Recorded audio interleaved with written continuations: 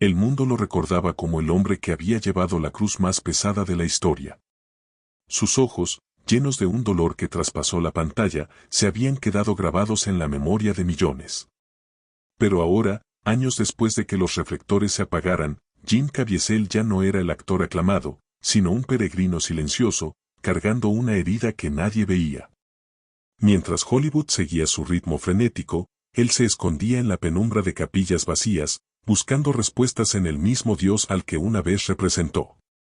Las noches eran largas, interminables. A veces, despertaba sobresaltado, sudando frío, repitiendo los mismos diálogos de la película como si los clavos y la corona de espinas aún no atravesaran. Del otro lado del mundo, en los sagrados muros del Vaticano, un sobreviejo yacía guardado entre documentos sagrados. Su sello de cera roja, marcado con la imagen de San Miguel Arcángel, permanecía intacto, como esperando una señal divina. El Papa Francisco lo tomaba entre sus manos de vez en cuando, sintiendo el peso invisible de aquellas palabras escritas años atrás por una mujer que nadie conocía. Para cuando su alma esté lista, decía la nota adjunta, con una letra temblorosa pero llena de certeza. El tiempo pasó, indiferente al sufrimiento de un hombre que había tocado el cielo con sus manos, solo para caer en un abismo de dudas. Hasta que una mañana, sin aviso, una voz interior susurró al corazón del Santo Padre. Hoy. Y supo, con esa certeza que solo viene de lo alto, que la carta ya no era suya para guardar. Era tiempo de entregarla.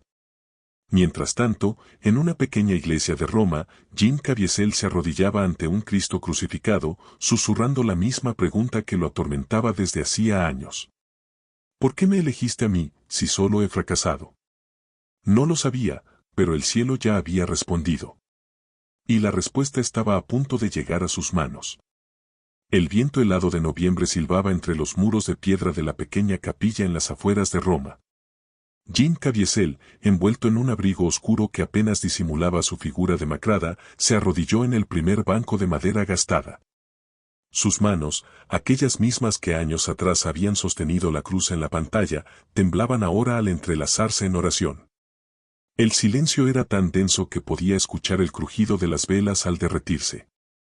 El olor a cera vieja y humedad se mezclaba con el tenue aroma del incienso que aún flotaba de la misa matutina. Jim alzó la vista hacia el crucifijo que pendía sobre el altar. La figura de Cristo, tallada en madera oscura, pareció mirarlo con una tristeza comprensiva. Lo intenté, Señor, susurró, su voz quebrada por el peso de años de silencio. Intenté ser digno de este don, de este dolor que me diste. Pero me he perdido en el camino. Una lágrima cálida resbaló por su mejilla, cayendo sobre el misal desgastado que sostenía entre sus manos. Recordó las cartas que llegaban cada día después del estreno de la película, miles de personas que decían haber encontrado a Dios a través de su interpretación. ¿Cómo explicarles que el hombre que había dado vida a Jesús en la pantalla ahora apenas podía encontrarlo en su propio corazón? Mientras tanto, en el Vaticano, el Papa Francisco caminaba lentamente por el pasillo que conducía a su biblioteca privada. La luz del atardecer se filtraba por los vitrales, pintando el suelo de mármol con tonos dorados y carmesí. Se detuvo frente a un antiguo arcón de madera de olivo, pasando los dedos sobre los intrincados tallados de santos y ángeles que decoraban su superficie. Con un suspiro, extrajo una llave pequeña que llevaba siempre consigo. El mecanismo giró con un clic suave, revelando un compartimento oculto donde descansaban documentos y reliquias de valor incalculable. Allí, entre pergaminos antiguos y rosarios bendecidos, yacía el sobre. El Papa lo tomó con reverencia, sintiendo bajo sus yemas de dedos la textura áspera del papel envejecido. El sello de cera roja, intacto después de todos estos años, brillaba tenuemente a la luz de las velas. Podía sentir el peso espiritual de aquel objeto, como si contuviera no solo palabras, sino un fragmento del alma de quien lo había escrito. Lucía, murmuró, recordando a la humilde mística española que se le había aparecido aquel día de invierno en el jardín del Vaticano. La mujer de mirada penetrante pero llena de amor que le había entregado el sobre con manos temblorosas. Es para él, le había dicho, pero el tiempo de Dios no es el nuestro. Sabrás cuándo. El pontífice cerró los ojos, dejando que la memoria lo transportara a aquel encuentro. Recordaba con claridad cómo Lucía había descrito sus visiones, un hombre atormentado, glorificado por el mundo pero crucificado en silencio. Representará a tu hijo, le había dicho, pero necesitará encontrarlo de verdad cuando las cámaras se apaguen. Un golpe suave en la puerta lo devolvió al presente.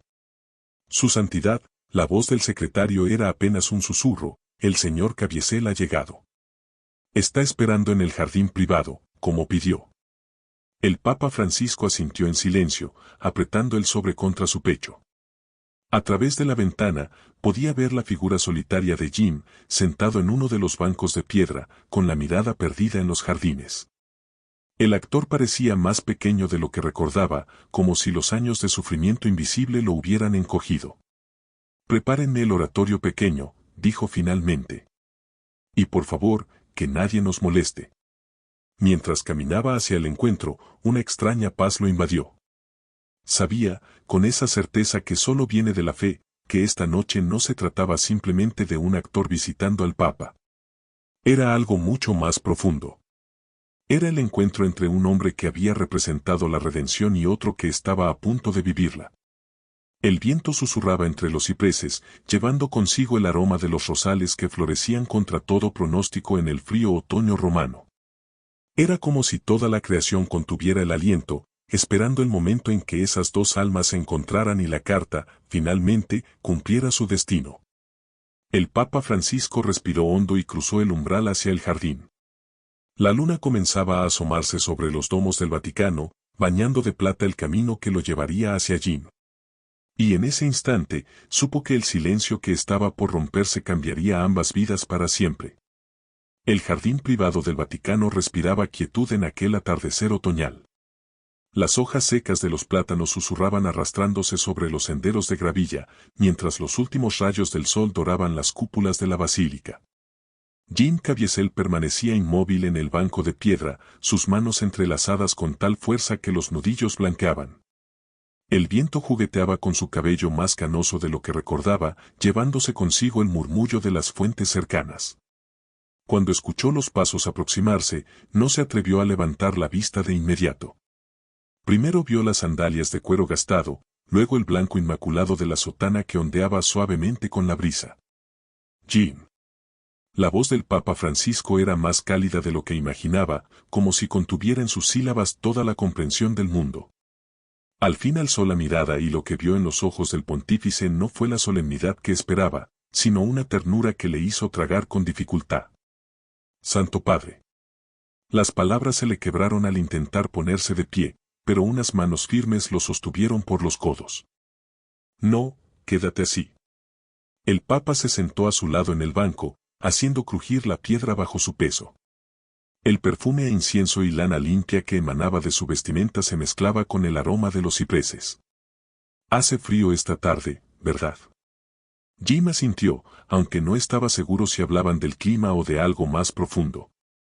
Notó cómo el Papa sostenía algo entre sus manos, un sobre amarillento por el tiempo, con un sello de cera que brillaba extrañamente a la luz del crepúsculo. Te he pedido que vinieras.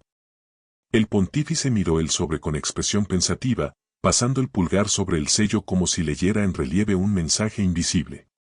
Porque hay algo que no me pertenece, sino que ha estado esperando por ti desde hace mucho tiempo. El jardín pareció contener el aliento.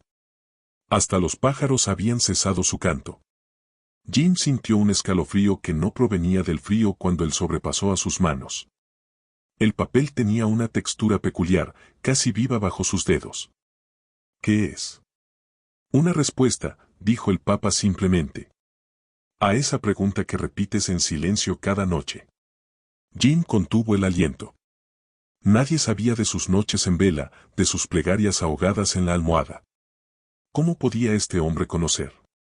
Antes de que pudiera formular el pensamiento, el pontífice continuó, no soy yo quien conoce tus secretos, hijo. Es ella. Señaló el sobre. Una sierva del Señor que partió de este mundo hace años, pero que dejó esto para cuando tu alma estuviera lista. El primer golpe de viento fuerte sacudió los árboles, arrancando una lluvia de hojas doradas que giraron alrededor de ellos como en una danza sagrada. Jim sintió que él sobrepesaba más de lo que debería, como si contuviera algo más que palabras. «Puedo». «Ábrelo», asintió el Papa. «Aquí, en este jardín donde tantas almas han encontrado paz». Con manos que temblaban más de lo que hubiera querido, Jim rompió el sello de cera. El crujido resonó como un disparo en el silencio del atardecer. Al desplegar el papel, un aroma inesperado lo envolvió, rosas frescas, aunque no había ninguna a la vista. La primera línea estaba escrita con una caligrafía temblorosa pero hermosa. Querido hijo del dolor, si estás leyendo esto, es porque finalmente has entendido que la cruz que cargaste en la pantalla era solo el principio. Las lágrimas acudieron sin permiso, calientes e implacables. Jim no necesitaba seguir leyendo para saber que lo escrito en esas líneas cambiaría todo. A su lado, el Papa Francisco permanecía en silencio, observando cómo la luz del atardecer se reflejaba en las lágrimas que caían sobre el papel sagrado. En algún lugar del jardín, un ruiseñor comenzó a cantar. El papel temblaba entre sus dedos como una hoja otoñal a punto de desprenderse. Jim entrecerró los ojos, tratando de enfocar la letra que parecía danzar ante su vista nublada por las lágrimas. Cada palabra quemaba como brasa viva al descender por el pergamino amarillento. Te reconocí antes de que el mundo supiera tu nombre. En el silencio de mi celda, cuando las visiones venían como relámpagos en la noche, vi tu rostro entre los pliegues del manto de Nuestra Señora. No el rostro del actor, sino el del hombre que grita en el desierto sin saber que ya ha sido escuchado. Un escalofrío le recorrió la espalda. La tinta, oscura como sangre seca, parecía latir con vida propia. El aroma a rosa se intensificó, envolviéndolo en una nube invisible que le llenó los pulmones de algo que no era aire, sino memoria pura. Sé de las noches en que despiertas con el sabor a metal en la boca, repitiendo los diálogos como si fueran tus propias agonías. Conozco el peso de los aplausos que se convirtieron en piedras en tus bolsillos.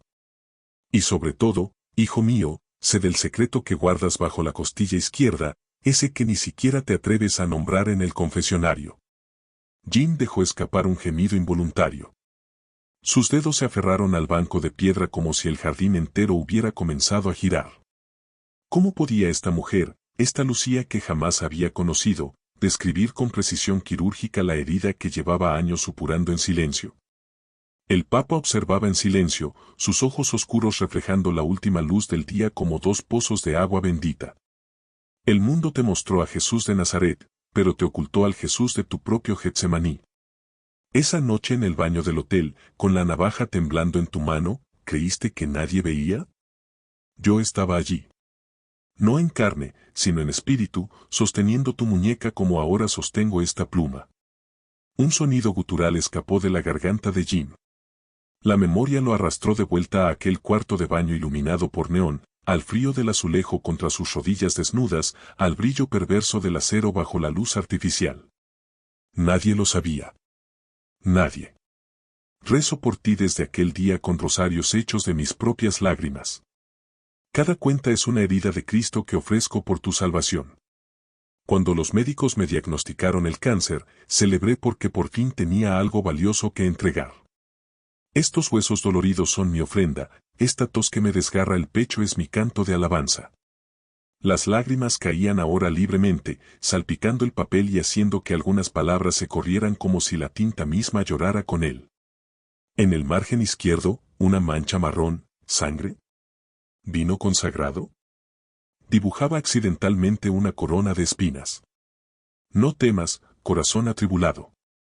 Los clavos de la fama fueron tu crucifixión, pero la resurrección viene. Te espera entre los leprosos que nadie toca, en las cárceles donde la luz no entra, en los hospitales donde los moribundos aguardan una mano que les recuerde su dignidad.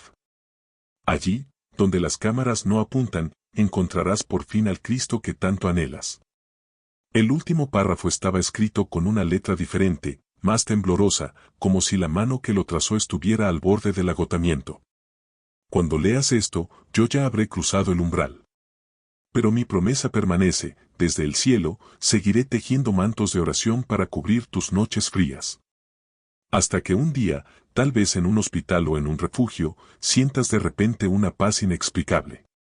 Ese será mi abrazo final. La firma era casi ilegible, pero el nombre rezaba claramente: Lucía de la Cruz, sierva del Redentor. Jim alzó la vista hacia el Papa, su rostro un mapa de dolor y asombro. Las palabras que intentó formar se ahogaron en su garganta. No hacían falta. El pontífice simplemente asintió, extendiendo una mano que sostenía un rosario de cuentas desgastadas por el uso. Ella lo dejó para ti, murmuró. Cada cuenta rezada con tu nombre. El primer trueno de una tormenta lejana retumbó sobre los jardines vaticanos, como si el cielo mismo respondiera al latido de un corazón que por primera vez en años, comenzaba a sanar. El rosario de Lucía colgaba sobre su pecho como un ancla de luz, su peso insignificante en la balanza física pero inmenso en la del alma.